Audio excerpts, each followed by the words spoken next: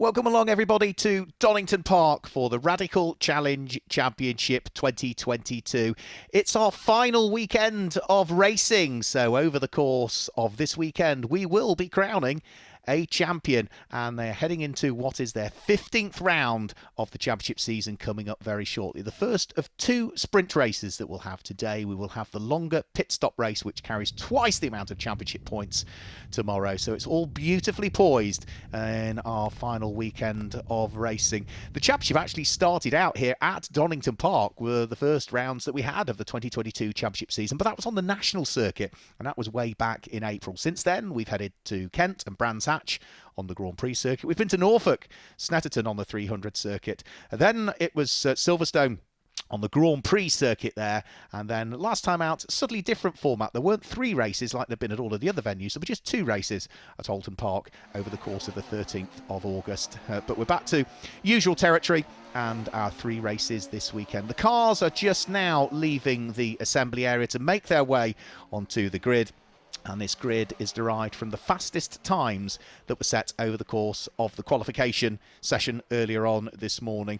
Gather there is one car, though, that is likely to be starting from the pit lane, we were told, on the grid that was issued, and that is former twice a champion in the Radical SR1 Cup, which is also here this weekend racing. James Pinkerton is scheduled to be starting the number 0 car from the pit lane, was the information that we were given. So you can see the cars just starting to thread their way around, ready to line up on the grid. You can see the BMW safety car is at the front of the grid because, of course, it will be a rolling start for the Radical Challenge Championship.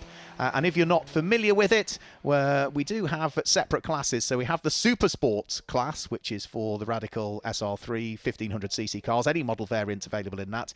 We've got the Masters class, which caters for Radical SR8s or any variant with the 2.7 litre RPX engine, but that also scoops up the likes of Radical SR10s, the RXC Coupe, all variants, and the RXC Spider, all variants as well, can drop into that one. And then come tomorrow, we will also see the cars potentially enter the Club Enduro class as well, which is for Radical SR3s, 1340, 1300s, and even SR1s can come out in that one as well. We'll wait and see who we get on the grid for the Enduro classes for their race tomorrow. So the cars lining up on the grid. You can see the number 39 car there is James Lay, starting from pole position. The weather, it's been feeling quite autumnal all day, really. You can see there's a bit of a breeze, albeit the sun is out and there are very few clouds in the sky, but it is chilly, to be honest with you. In the sun, it's nice. Get in the shade. Wow, yeah, a t-shirt is no longer required. It's then a jumper as a bare minimum and probably a jacket. So the cars will be very shortly heading off onto a formation lap. This is a 25-minute race, and then once they head off on their formation lap, we'll guide you through the grid and pick up some of the highlights of the season for some of those drivers that are out there on the circuit. The black car with the yellow flashes to it is James Lay, who is the reigning Radical SR1 champion, actually moving up to the Radical Challenge Championship for this year. He starts from pole position at the wheel of the number 39 car, already having claimed 7 wins so far this season. The car that lines up alongside him, though, is Dougie Bolger, who has largely been racing in Radical SR1 Championship this year, and has only had a couple of outings in the Radical Challenge Championship, but has been very, very impressive, I would say, to say the least. So then, as the cars are weaving from side to side to try and build the tyre temperature, let's guide you through the grid and the way that they line up. James Lay starts from pole position with Dougie Bolger alongside, and it's Noah Dineball and Anthony Ayres that sit there on row number 2. Row 3 of the grid is John McLeod alongside Chris Preen, and then row 4 of the grid, it is Jack Leese that has Peter Tyler for company. The 5th row of the grid is where we see Jason Rishover and Ben Stone, and row 6 is comprised by James Sweetenham and Mark Williams. The 7th row of the grid, Elliot Goodman, only 13th quickest in qualifying, and he's got his other member of the Goodman family alongside. Dad, Rod Goodman, sits alongside, with row 8 being Ryan Harper-Ellen, former runner-up in the Radical SR1 Cup some years ago, alongside number 22, which is Andy Lowe. The 9th row of the grid is Chris Myhill, alongside number 10, which is Wesley Fongini, with row 10 of the grid being Katrin Christensen and John Davis, and should be a pit lane starter at the back of the grid, James Pinkerton, but we gather that car may well be starting from the pit lane rather than taking up 21st position on the grid. Either way, I would say watch out for that car, because James Pinkerton, as I say, is twice a champion in the Radical SR1 Cup, and was actually runner-up in it as well in another year as well. So James Lay starts from pole position, the reigning SR1 Cup champion, moving up to the Radical Challenge for this year. 7 wins for him. Car alongside Dougie Bolger might only be his second weekend of racing in the Radical Challenge Championship, because he's been concentrating on the SR1s this year, but he's already a race winner at the wheel of that number 50 car. Row 2 of the grid, 2 wins so far for the red and black car, number 77 in the hands of Noah Dimeball. Alongside him, here's Anthony Ayres, who's also a race winner at the wheel of the largely white and black and red machine.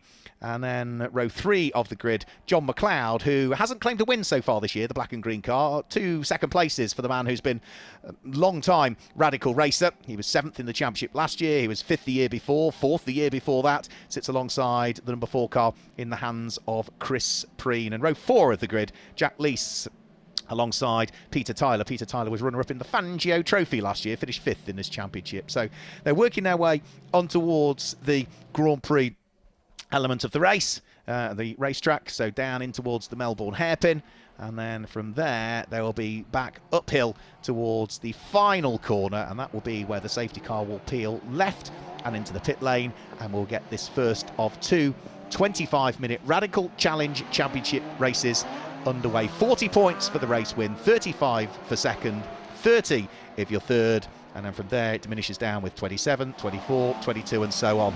Extra point for pole position, that goes the way of James Lay. Extra point for fastest lap. We'll see where that goes, because James Lay leads the championship by 50 points exactly from Noah Dimeball coming into this race, and they are together on that left-hand side of the grid. The black car with the yellow flashes is James Lay, the championship leader. Second in the championship is the red car that sits behind him, qualified third quickest, but is behind him on the grid. Lights go out, they head up towards Redgate Corner for the first time. James Lay looking to try and steal the march, but to driver's right, he's got... driver's right, he's got Noah Dimeball trying to squeeze his way through. There's contact, I'm afraid. Jason Rishover goes through the gravel trap. He's not the only one in the gravel. Chris Preen has got tangled up with Ben Stone. So that's 2 cars in the gravel trap by the look of things already. And it's Noah Dimeball that has picked up the lead of the race through all of that. James Lay is down into second position. And it's Anthony Ayres that's there in third place, with Dougie Bolger in fourth, but runs very wide, does Dougie, coming out of the old hairpin.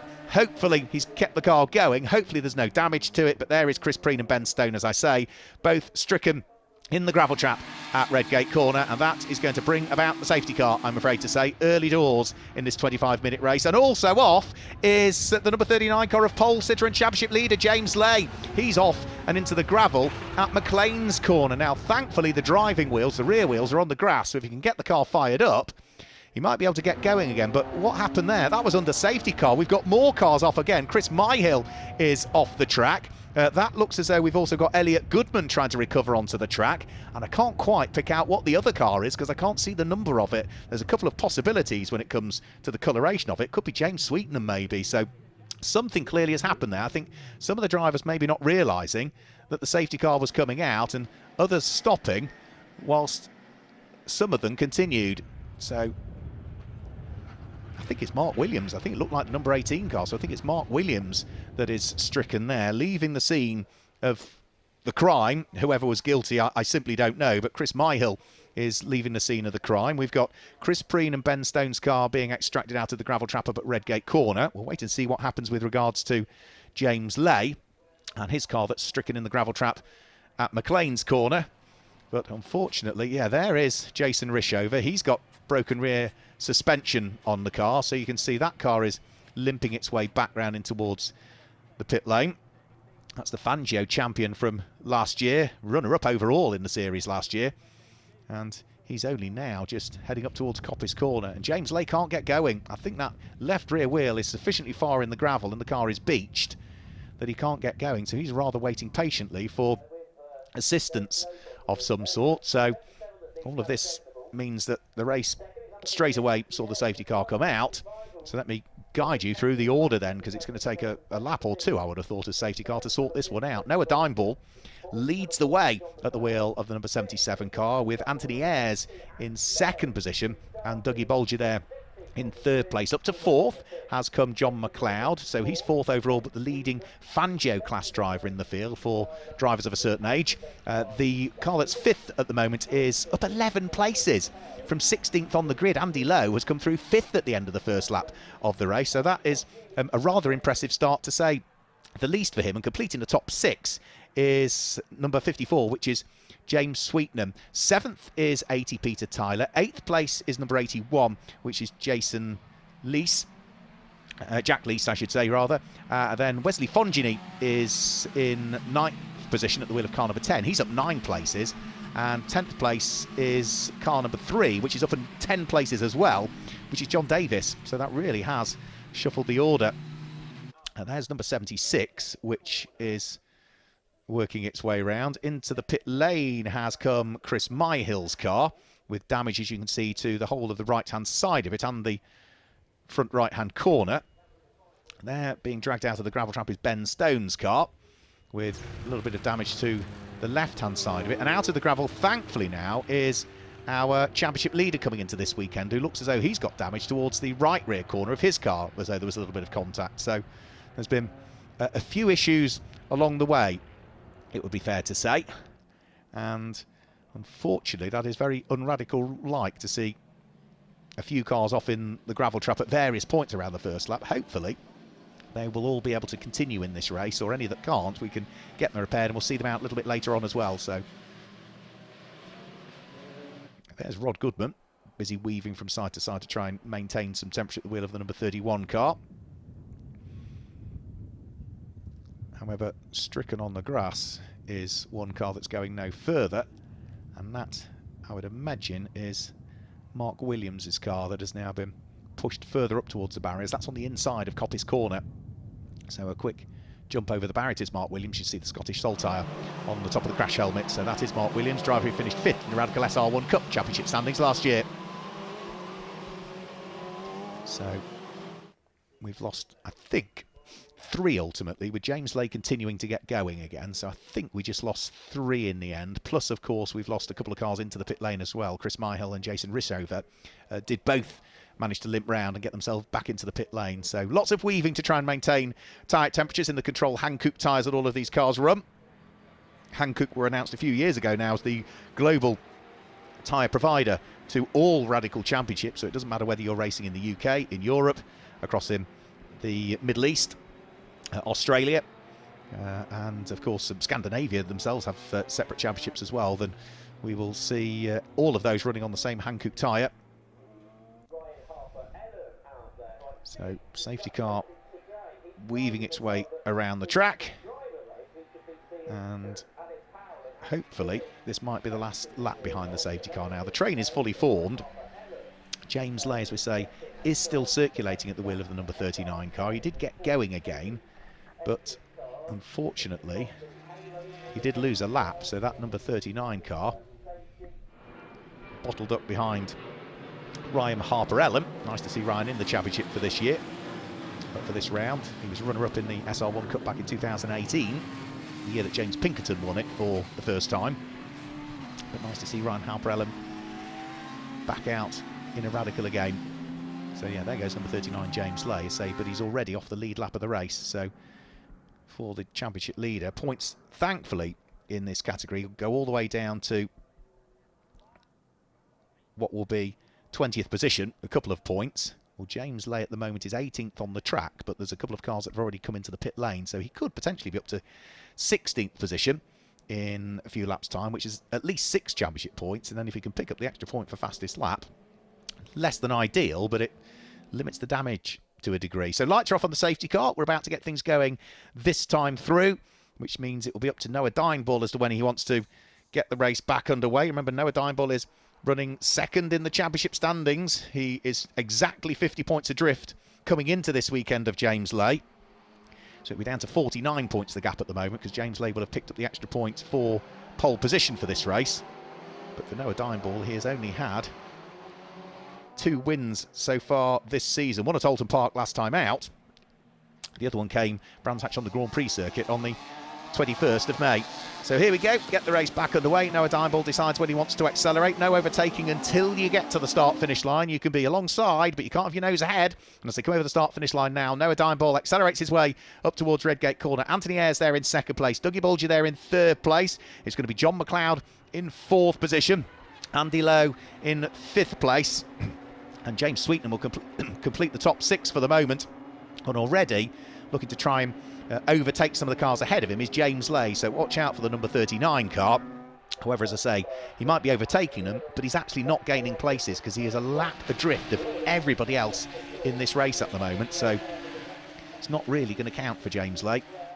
So you see bits of debris on the track there still where cars are just running over and it's flicking its way up into the air. And there we've had a change for second place. Anthony Ayres, the door was open. Dougie Bulger at the wheel of the number 50 car squeezed his way through. So Dougie Bulger, already a race winner, through and ahead of Anthony Ayres. Both of these drivers having had a single win apiece so far this championship season. Pick their way down the straight and in towards the braking area for the S's. And you can see Anthony Ayres has got debris, hasn't he? And damage to that front left-hand corner of that car. Now that's going to slow the car in a straight line. Might affect the handling of it as well, and what we don't want is the air to get underneath that, otherwise it might cause further damage and rip the bodywork off. Side by side further down through the order, Peter Tyler looking to try and attack and trying to squeeze his way through of James Sweetnam, and not that far off them is also another car looking to try and wiggle his way through, which is John McLeod. So over the start-finish line, Noah Dimeball starting to put daylight between himself and Dougie Bulger. The lead advantage is 2.1 seconds. John McLeod now looking to try and see if he can hoist himself up into the podium spots, but he can't quite get the number 14 car through and ahead of Anthony Ayres on the run down in towards Redgate Corner that time through. So the squabble is still there for what is third and fourth position, but you can see those little telltale signs of smoke suggesting there's still a bit of bodywork robbing on the number 58 car of Anthony Ayres. Now Anthony lies third in the championship standings. John McLeod is fourth in the championship standings. There's a big old gap between the pair of them though. So through the right-hander at McLean's Corner and then up towards Coppice. Now if Anthony Ayres is struggling a little bit with his car, then that's going to form a bit of a queue behind him, and it's starting to happen now because John McLeod is bottled up behind. Andy Lowe, James Sweetnam and then Jack Leese aren't that far behind. Jack Leese is also looking as though he's coming under pressure from Peter Tyler, who's looking as though he may well look to try and hang on ahead. Peter Tyler was also trying to get past James Sweetnam there, so good squabbles all the way through the order. And all of this, I would say, is because Anthony Ayres hasn't quite got the car that he needs at the moment. It's going to affect the aero on the car. It's going to affect the drag on the car because the body shape isn't quite as slippery because of the bite that's been taken out of that front left-hand corner. But Anthony Ayres is experienced enough to place the car where he needs it to be, and that's going to make it very, very difficult for the cars behind to try and wiggle their way through and past. Oh, there's problems, and that's Rod Goodman that's out, and that is on the run up towards Coppice Corner again. So not quite sure what happened there for Rod, but he's now looking as though he may well be in need of some assistance. Hopefully that car will be able to continue in the race. That should, for the moment, just be covered by localised yellows. So down through the Craner curves, the Dayglow car of Peter Tyler looking to try and attack James Sweetnam. James Sweetnam hops over the curbs on the inside of the old hairpin. Peter Tyler also keeping an eye on his mirrors to see what Jack Leese is up to that sits behind. And all of these cars still sort of bottled up, aren't they, in the nicest possible way, behind Anthony Ayres, who is pushing on as hard as he can. But of course, with his car having suffered that damage, it's not quite handling or as slippery as he would wish it to be. So down the straight and in towards the S's, they'll thread their way. And safety car back out again, I'm afraid. So back out comes the safety car. One can only assume that may well be because of the positioning of Rod Goodman's car, albeit one of the marshals there has just taken the opportunity under safety car to go out and remove some debris from the track as well. So we go back to being safety car once more, and that's just as Dougie Bulger popped in the fastest lap of the race last time through, 1 minute 32.901, so he would pick up the extra championship point so far for the fastest lap if he can hang on to it. That's the car that's brought about this second safety car period, that being the number 31 car of Rod Goodman. who finished 10th in his championship last year, having finished 7th in it the year before. So weaving around over the start-finish line yet again. Noah Dimeball leading Dougie Bolger, Anthony Ayres 3rd, John McLeod 4th, and John McLeod leading the Fangio category as well at the wheel of that black and green machine. Andy Lowe, who's behind him, is also eligible for the Fangio category, so 4th and 5th overall in the race, also fighting for the lead of the Fangio aspect of the race. James Sweetnam completes the top 6. Peter Tyler's car is 7th, Jack Lees is 8th, Wesley Fongini is 9th, and Elliot Goodman completes the top 10 at the moment. Now, of course, we've had that car retire, which is Rod Goodman. It does now promote James Lay a further position as well, the championship leader, so he's still down in 15th place.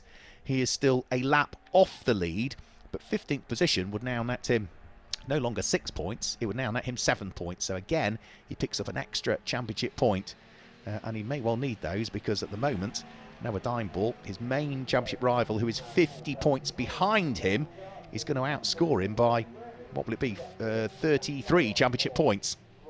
So that will really tighten things up again. Depends what happens with regards to the fastest lap as well. So we've got another race to come later on today, and again it's 40 points available for the win in that one. When it comes to the longer pit stop race tomorrow, 80 points for the win, so you double the points in the longer pit stop race is the way it works. You also double the points for pole position and for fastest lap as well, so it's not a single point for those, that becomes 2 points in each one of those as well. And remember, it is the final weekend of racing as well, so subject to all of the checks and balances at the end of the final race of the weekend, then we'll then be able to work out as to who, subject to official confirmation, would be our champion for this year. There's James Pinkerton, so that's the 2 times former Radical SR1 Cup champion at the wheel of the number 0 car. Whereas James at the moment, he is running in 12th position in the SR3 development car.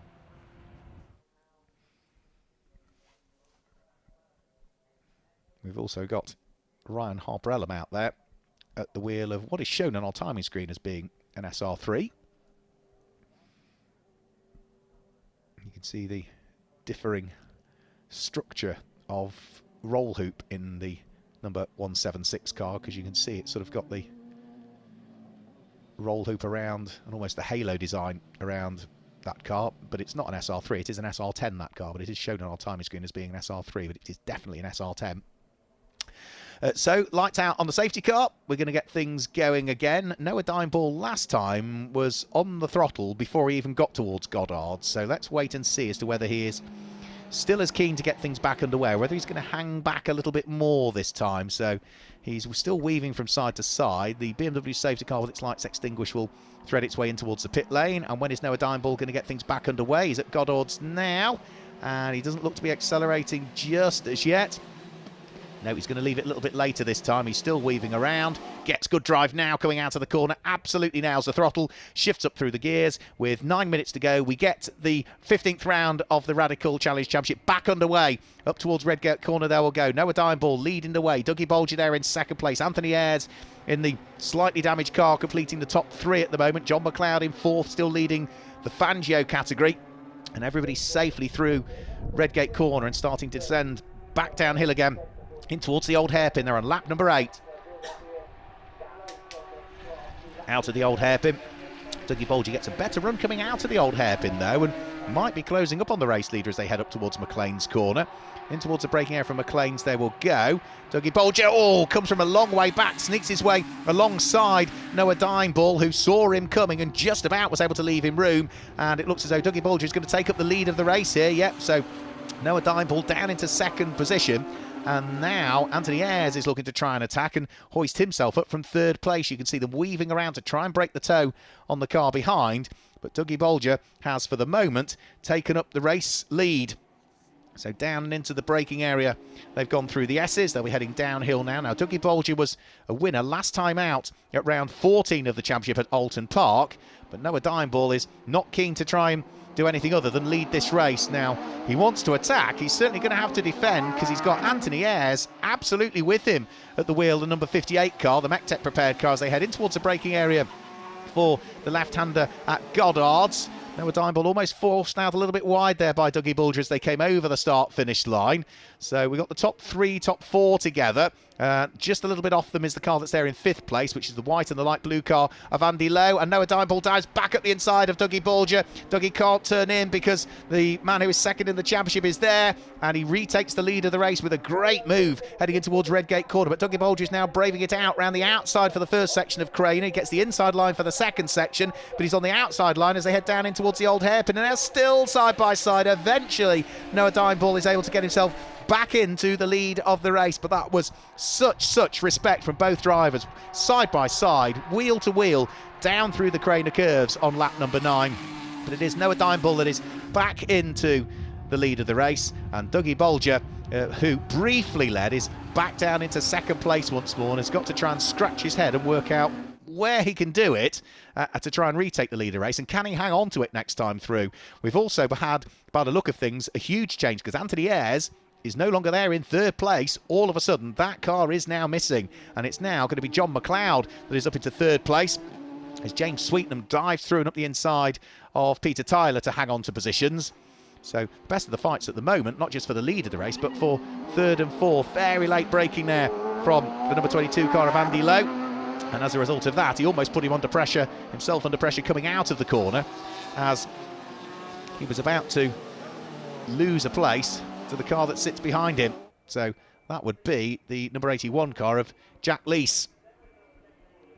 Now, through all of this, we haven't really mentioned what's going on with our championship leader James Lay. Remember, he lost a whole lap earlier on, didn't he? So at the moment, he's about the 5th car from the front of the field, but he is still a lap down at this stage. So he's still in 15th position, despite the fact he's probably done more overtaking than anybody so far in this race. So down through the old hairpin we see the cars go, and Anthony Ayres is headed for the pit lane by the look of things. So the car that I said had gone missing has made it back round, but Anthony Ayres is into the pit lane, and that's the man who lies 3rd in the championship standings. He was about 80 points off the lead coming into this weekend. But Anthony Ayres, that would have put a big old dent in his championship aspirations. So through Coppice Corner, there goes Jack Lees, the number 81 car, trying to put Andy Lowe under pressure. Andy Lowe will be watching his mirrors because he's got the championship leader James Lay behind him, but remember, James lost a lap earlier on. We've also got Peter Tyler at the wheel of the number 80 car trying to re-attack James Sweetnam as they head in towards the S's. James Sweetnam has got the job done and is still managing to just keep the number 54 car ahead of the former Radical SR1 Cup racer, but Peter Tyler breaks very late and sneaks his way at the inside by the look of things, heading in towards the Melbourne hairpin that time through. Battered bodywork repaired, and back out on the track goes Anthony Ayres. And the progress of James Lay continuing. He just keeps overtaking people, but it must be so frustrating for the championship leader, the number 39 car. All of these cars, even with the damage to his car, you can see the bodywork on the right-hand side flapping around. Even though he's overtaking lots and lots and lots of cars, he's not gained a single championship point because he is still a lap adrift of them all. All he's doing is unlapping himself from the next car continually. It goes to show, though, that James Lay is fired up for this one. So down through the Craner curves, the next car he's going to try and unpick and unlap himself from is going to be Jack Lees. Is he going to sneak through the number 81 car heading up in towards McLean's corner?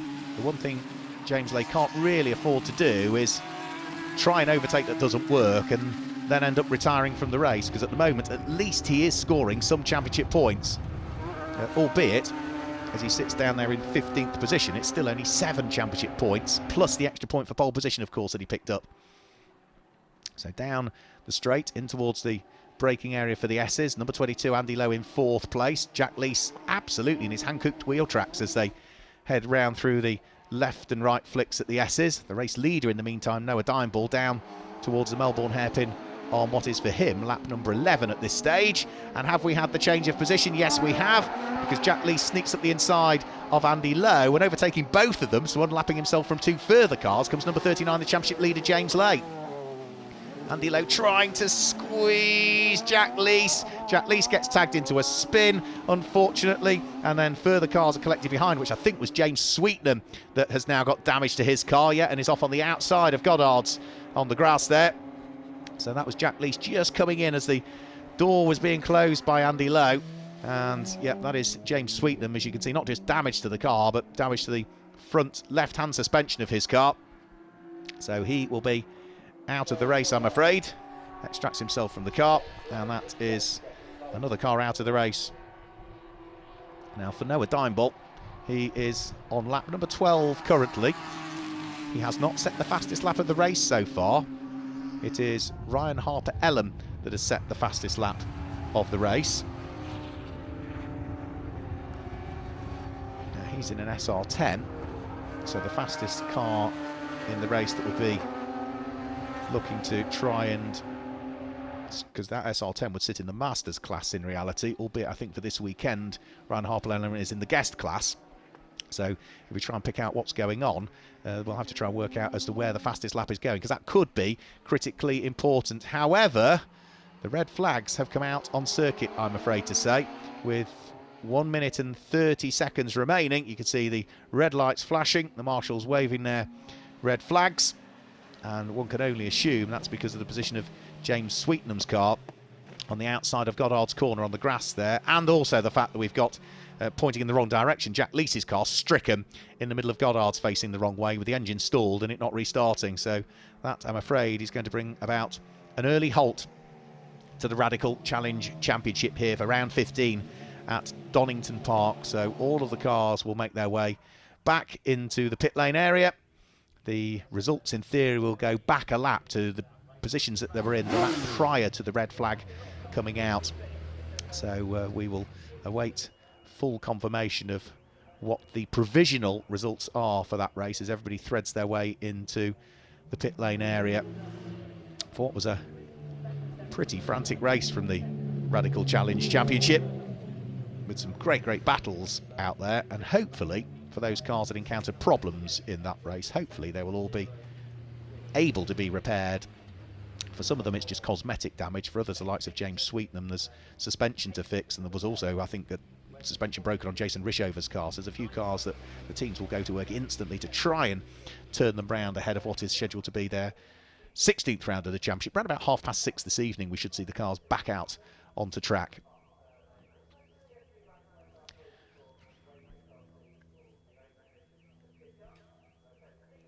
So last few cars just trickling their way down the pit lane, and then hopefully once all of the cars are off the circuit, the recovery crews will go out there and pick up those cars that we've got placed around the track, and then once pit lane is cleared, track is cleared, the next supporting race will come out here at Donington Park. What is a busy weekend in general for the whole of the Radical family, because it's not just the Radical Challenge Championship that's racing here 3 times this weekend. We've also got the Radical SR1 Cup scheduled to be on the programme over the course of the day. They had a race earlier on today, which keeps that championship alive until the very final race of the championship season. We'll have to wait and see as to whether the point scoring at the end of today's races mean that the Radical Challenge Championship remains alive until the end of the season. There's Rod Goodman out of the car, chatting to the marshals as to what's going to happen. We see the Donington Park team and recovery crew about to, I think, discuss with the driver the best way to get that car recovered and out of harm's way. As I say, with a few cars to try and scoop up, hopefully there's not too much delay to the rest of the race programme here. So I think we should be able to give you at least some provisional results. Now remember, we might have to go back a further lap from this, but at the time the red flag was out, Noah Dimeball was the leader of the race from Dougie Boulder in 2nd place, and John McLeod was 3rd, but was leading the Fangio class. Andy Lowe was there in 4th, Peter Tyler was 5th, and it was Elliot Goodman in 6th, ahead of James Pinkerton, Wesley Fongini, Ryan Harper-Allen, and completing the top 10 was John Davis, who had started 20th on the grid. So that gives you the top 10. It also confirms the fastest lap of the race went to Ryan Harper-Ellen. Katrin Christensen was there in 11th place. Jack Leese was 13th, but remember he had spun, at which the point the red flag came out, and any other car from 11th backwards was either a retiree or was not running at the point of the red flag. So those are very much provisional results for the 15th round of the Radical Challenge Championship here at Donington Park. So thank you for joining us for race number 1. Please do come back around about 6:30 this evening for our 2nd sprint race of the day for the Radical Challenge Championship. But from everybody here at Donington Park, thanks for joining us. We'll see you later. Goodbye.